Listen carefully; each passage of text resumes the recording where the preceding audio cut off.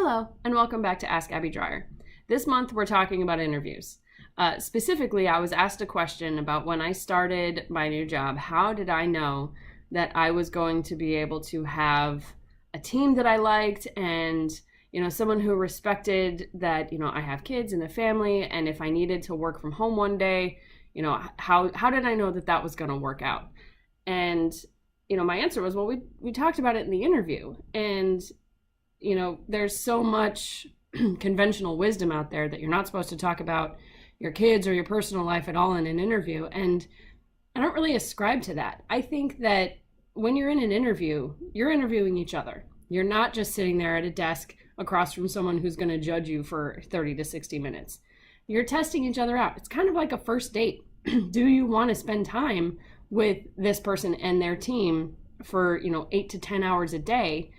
And if the answer for you is no, then you didn't fail the interview, they failed the interview. So that's something to keep in mind when you're interviewing. It's not just them deciding if you qualify. It is a mutual decision about whether or not you want to work together, whether you can work together, whether you want to work together.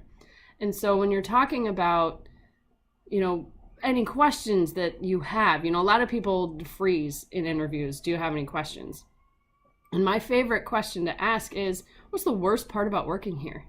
And that answer that they give you, sometimes it's, you can't, the systems are terrible, or, the personalities can sometimes be rough, whatever it is, that gives you a lot of insight into where their head is and where the company stands.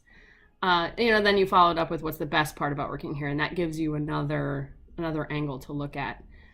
But again, if you have personal life things that are going to get in the way of you working 9 to 5 every day. And, the conventional wisdom of don't bring up working from home in an interview isn't wrong. But if you need to know if you're going to have some freedom, if your kid gets the flu, or if your aging parent needs to go to physical therapy, or if your special needs dog is having anxiety and you need to stay home, those are real issues that you as a human are allowed to be concerned about. And so it's not, am I going to be able to work from home in an emergency? When you're in the interview, talk about the things in your life. Talk about your kids. Talk about your pets. Talk about your aging parents. Talk about the things that are important to you. Talk about the conventions that you go to, the special events that you travel for, right? Be the whole you in the interview so that they can see who they're going to be sitting next to, and you can gauge how they're going to react when your life gets in the way of the job. Because that's the only way that you're going to know for sure if you are going to be able to succeed in that company in the long haul. Sure, you can go into an interview and give all the answers that you think they want to hear, and you could probably land a job that way. But if you land that job and you held back who you are in that interview, you're not going to be very happy there for very long.